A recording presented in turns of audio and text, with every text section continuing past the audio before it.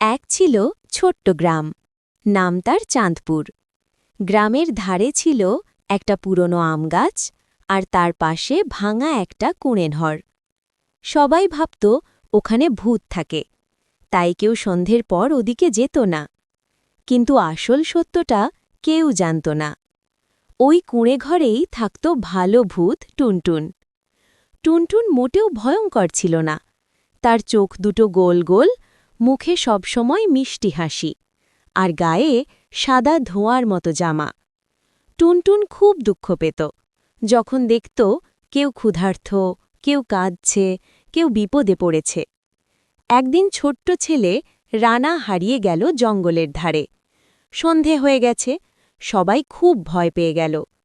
হঠাৎ টুনটুন এসে রানার সামনে দাঁড়াল। টুনটুন মিষ্টি গলায় বলল, ভয় পেও না, আমি ভালো ভূত।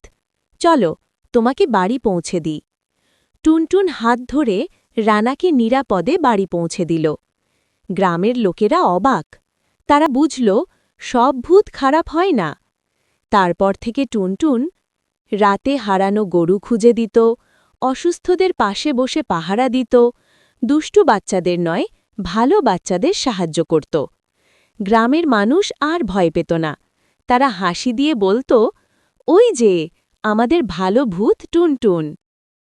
গল্পটি ভালো লাগলে প্লিজ লাইক, কমেন্ট ও সাবস্ক্রাইব করে দেবেন। আর কেমন গল্প শুনতে চান জানাবেন।